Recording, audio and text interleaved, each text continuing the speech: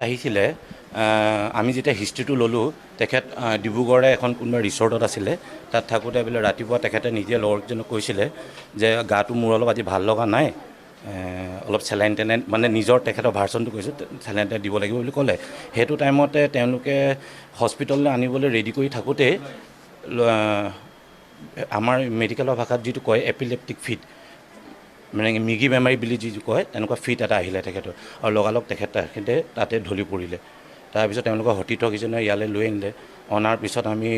যিখিনি primary treatment গোটেইখিনি blood pressure sugar সেইখিনি বস্তু আমি চোৱাৰ পিছত গম পালোঁ তাৰপিছত আমি যে এইটো সঁচাকৈ এটা এপিলেপ্টিক ফিট আহিছিলে গতিকে আমি যিটো আমাৰ মেডিকেলৰ পৰা দিব লাগে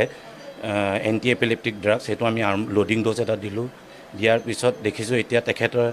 এতিয়া আমাৰ ইয়াত থকা তেখেতৰ 1 hour মান হৈ গ'ল মিনিমাম